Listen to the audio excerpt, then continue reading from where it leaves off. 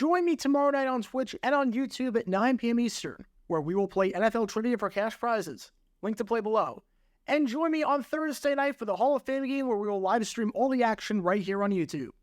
And now, on with our feature presentation. I want you to imagine this scenario. You're at an art auction, and you really want a piece of art because you think it looks good and fits in with your collection. And for the purposes of this, let's assume that you're not someone who's looking to resell the art, or you're doing this for a tax write-off purpose, or anything along those lines. You buy the art to hang in your house, and that's it. You get into a really intense bidding war, and I mean really intense, to the point where you're not going to stop at anything to get this piece of art. You have no budget in mind whatsoever. You're just going to bid until no one else can bid, and you're going to get that art piece in your home. Finally, you win the bid after dropping thousands upon thousands of dollars on the piece.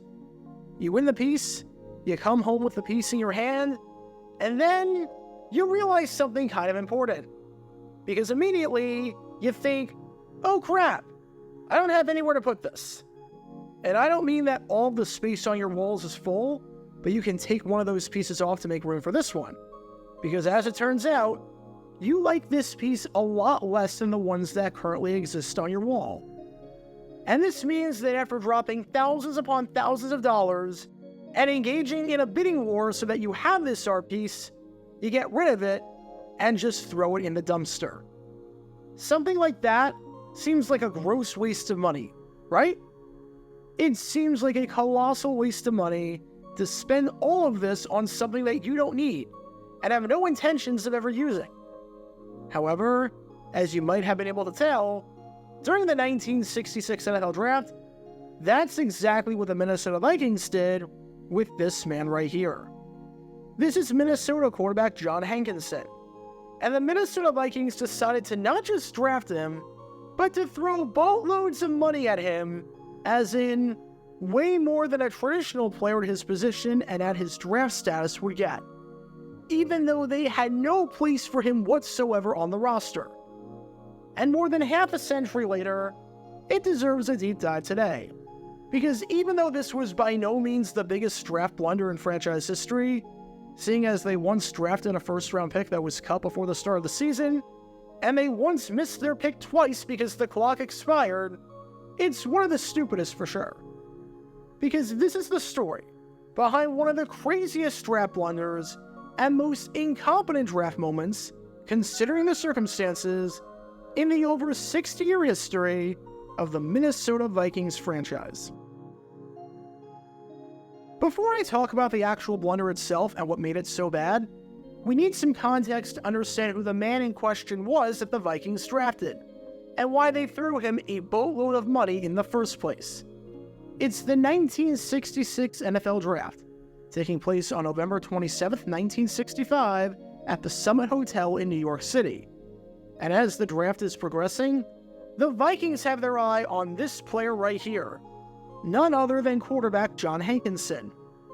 The local scouts doing pretty well, seeing as Hankinson played right down the road for the Minnesota Golden Gophers, and it was no real surprise that he was a highly coveted prospect, seeing as while he was at Minnesota, he was very good. During the 2 seasons that he got to play under center there in 1964 and 1965, he became the best quarterback that the school had ever seen.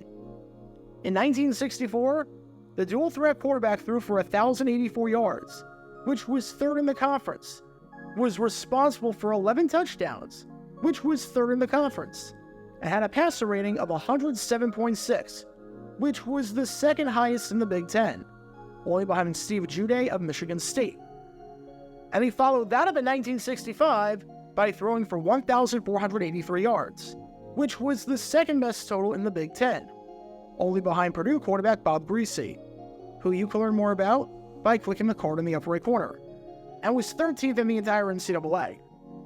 And on top of that, he was responsible for 16 touchdowns, which was not just the top total in the entire Big Ten, but made him the second and to date final player in school history to lead the conference in that category, alongside Sandy Stevens in 1961.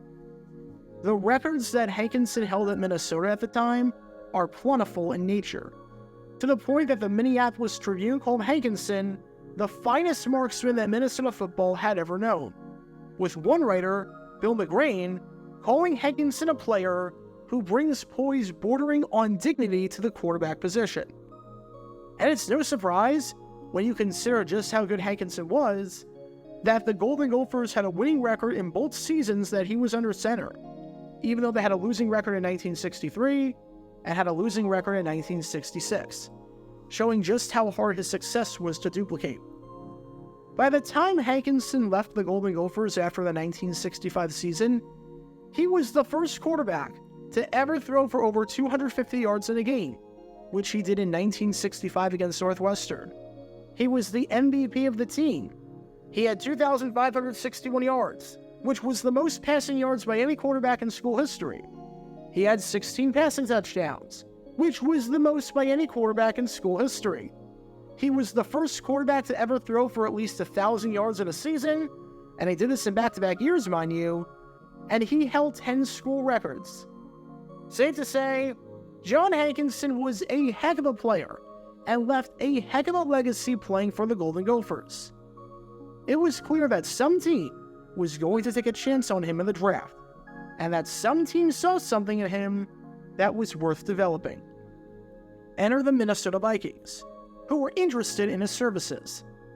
I mean, they saw the man play quite a few times, seeing as he played right down the road, so why not? Now, prior to the draft, Hankinson was extremely strategic and didn't reveal his hand. When asked about playing for the Vikings, he said, "I'll listen to the Vikings, but I'm not in any hurry to sign. I'll have to weigh my decision and decide where I have the best opportunity." And the Vikings really wanted this man, drafting him in the 8th round with pick number 100, making him the 6th quarterback taken in the draft. In fact, the Vikings had 20 picks during this draft, and Hankinson was the only quarterback that the team took. That's how badly they wanted him. So this seemed like a done deal, right? Hankinson to the Vikings in the 8th round, and he would have the chance to continue his football career in the same city where he went to college, making this a pretty easy transition. However, there was a problem, because the NFL was not the only league conducting business that was drafting players out of college. There was a rival football league that was right on the NFL's heels that was not afraid to spend money, called the American Football League. And while the AFL and NFL would eventually merge and have a common draft, meaning that bidding wars for players between two teams and two leagues wouldn't have to exist anymore, back in 1965, at the time of this draft, that was not the case. And even though the Vikings were an intriguing option to say the least, especially since Hankinson was a ball boy with the team in 1961, as it turns out, John Hankinson was drafted in the AFL by the Boston Patriots, although by this point, his rights were with a new expansion team out of Miami, known as the Miami Dolphins. And the Dolphins were super keen on signing the man, seeing as they not only liked what they saw out of him in college, but seeing as they were an expansion team that needed a quarterback, as outside of Rick Norton, their first-round pick from their draft, they didn't have a whole lot of young, hyped-up talent at the position. And the Dolphins were not playing around. In fact, they wanted Hankinson so badly that Hankinson even asked if he could bring his teammate and friend, tight end Ken Kramer, with him on the trip down to South Florida. Not only did the Dolphins say yes, but they agreed to foot the bill for Kramer too, giving Hankinson a free +1. It actually seemed like a done deal that Hankinson was going to be in Miami, seeing as they were giving him money, were giving him a better chance at playing time, and were catering to his needs. But that's when the Vikings decided that they could not let this man go. They could not let Hankinson slip out of their reach. And with that, just moments before Hankinson was about to sign with the Dolphins on the dotted line, Vikings general manager Jim Finks gave Hankinson an absolutely ridiculous offer for an 8th round pick. If you sign with the Vikings, on top of your normal salary, we will give you a $20,000 bonus, fully guaranteed. Now, I want to put into perspective just how insane that was. In 1965, the average salary in the NFL was $14,500. Again, this was an average salary, so rookies were making considerably less than that. And Hankinson, an 8th round pick, was not just getting a fully guaranteed bonus of $20,000, or 45% higher than the average NFL salary, but he was also getting his fully guaranteed salary on top of that. In other words, this man was getting a bonus of $193,720 in today's money. That is an absurd amount of money for an 8th round pick. If you want some even more perspective on how insane that is, the last pick in the 2023 NFL Draft was Desjuan Johnson, a defensive tackle chosen by the Los Angeles Rams. His signing bonus was $77,777. The NFL has grown to a ridiculous level at this point compared to where it was in 1965 when this draft took place, with the league being an 8-figure industry where teams are being sold for billions upon billions of dollars. And yet, John Hankinson, in 1966, adjusted for inflation, and despite being chosen 1 round later since the draft had more rounds back in 1965, got nearly triple the salary that a 7th round pick got in 2023 as his bonus. This was an obscene amount of money, and it's not like they did this to throw money at a 1st round pick to try and get him to play in the NFL and be their starter right away. This was for a freaking 8th round pick, and again, doesn't even include his actual salary, which was rumored to also be in the $20,000 range. But it just showed how badly the Vikings wanted him. So what happened after the Vikings signed the man to this absurdly high contract? Well, the Vikings realized something right away. Head coach Norm Van Brocklin, who you can learn more about by clicking the card in the upper right corner, made it very clear from the start that he only wanted to keep 3 quarterbacks on the final roster. And what do you know? The Vikings already had 3 quarterbacks, which Van Brocklin really liked. Starting for the team, you had this man right here, Fran Tarkenton, who you can learn more about by clicking the card in the upper right corner. And obviously, the Vikings were pretty content with Tarkenton under center, seeing as in 1965, he made it to the 2nd straight Pro Bowl of his career, and finished 3rd in the NFL with 2,609 passing yards. But obviously, you're not drafting a quarterback in the 8th round to compete with Fran Tarkenton right away. To suggest otherwise would be foolish. But that's not to say that Hankinson couldn't make it on as a backup or a developmental option, right? Sure, Tarkenton took up one of the 3 quarterback spots, but there were still 2 more. Well, behind Tarkenton, you had this man right here, Bob Berry, who Van Brocklin really liked and thought highly of, even if he hadn't completed a pass yet in his career, which was about to enter its 3rd season.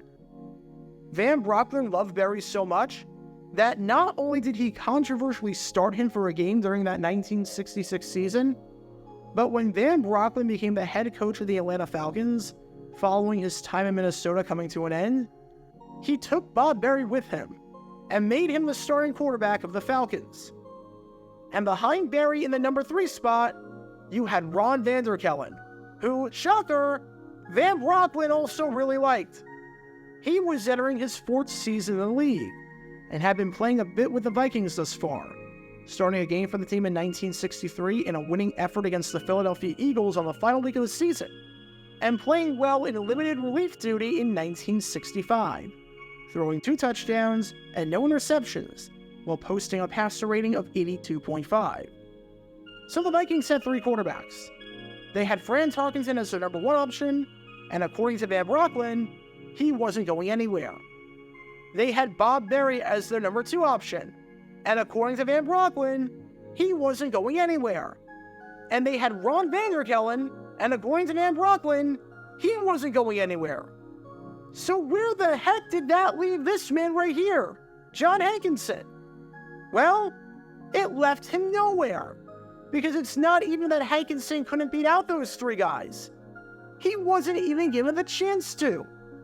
How did Hankinson play during practice? Well, he did it. As Hankinson said, usually at practice, I watch the other quarterbacks work. How did Hankinson play during the preseason? He did it. During the entire preseason, he played a grand total of 18 seconds. And before he even had a chance to call a play in that one, time ran out. So it's not even like the Vikings drafted a quarterback that didn't live up to their expectations. They drafted a quarterback, gave him an absurd, almost unheard of bonus and guaranteed money, and then simply just didn't play him. Said Hankinson on how his time with the hometown Vikings was going. If I were traded, I wouldn't commit suicide. All right, that's one way of putting it. Which is why it was no surprise that the Vikings ended up waiving John Hankinson after the preseason, which Norm Van Brocklin didn't even comment on. To be honest, I'm not even sure Van Brocklin knew who Hankinson was. He wasn't stunted at the cut, saying, I expected it. We had 4 quarterbacks, and Coach Norm Van Brocklin said he could only carry 3. Unless they traded one of the others, I had to get cut. It was that simple. And remember, that salary was fully guaranteed, along with the signing bonus, which was already a done deal. The Vikings threw all of that money on a quarterback just to not even have anywhere on the roster for him. Well done, Vikings. Good use of your money right there. I should also note that John Hankinson never really did much of anything after he got cut from the Vikings. Never played another down of professional football in the United States, and the last time he played professional football was in 1968 up in Canada with the Edmonton Eskimos of the Canadian Football League, where he didn't throw a single pass, and he only played in 2 games. So, look, there are some guys like Len Dawson and Johnny Unitas that didn't really do much of anything their first time around with the team, and then they had a lot of success after that. Hankinson was not one of those guys, so just thought I'd let you know that. Again, was this the worst signing that the Vikings ever made? Absolutely not. This has been lost throughout history. Was this the worst draft pick that the Vikings ever made? Absolutely not. An 8th round pick not making the roster and never playing a game for you guys is not the end of the world. But considering everything that happened, is this one of the dumbest things that the Vikings ever did? Oh, you bet. You bet it is. To give money that would be absurd by 2023 standards, let alone mid-60s standards, to an 8th round pick, and to have no plan for him whatsoever is something else entirely. Because as a word of advice, if you give a lot of money to a player, you should at least have a plan for said player to compete for a roster spot. Because in this moment, the plan for Hank flat out stank. Get your official Jaguar Gear 9 merchandise by going to jj9shop.com, and be sure to like and subscribe, as it really helps the channel out a lot. Join me every Wednesday night where we'll play NFL Trivia for cash prizes at 9 p.m. Eastern over on Twitch. To learn more about the history of college football, subscribe to Jaguar Gator 8. To learn more about the history of Major League Baseball, subscribe to Jaguar Gator 7. Also, special thanks to all of our Patreon supporters for helping out the channel. Your support is greatly appreciated. See how you can become a patron and request future video topics in the description below.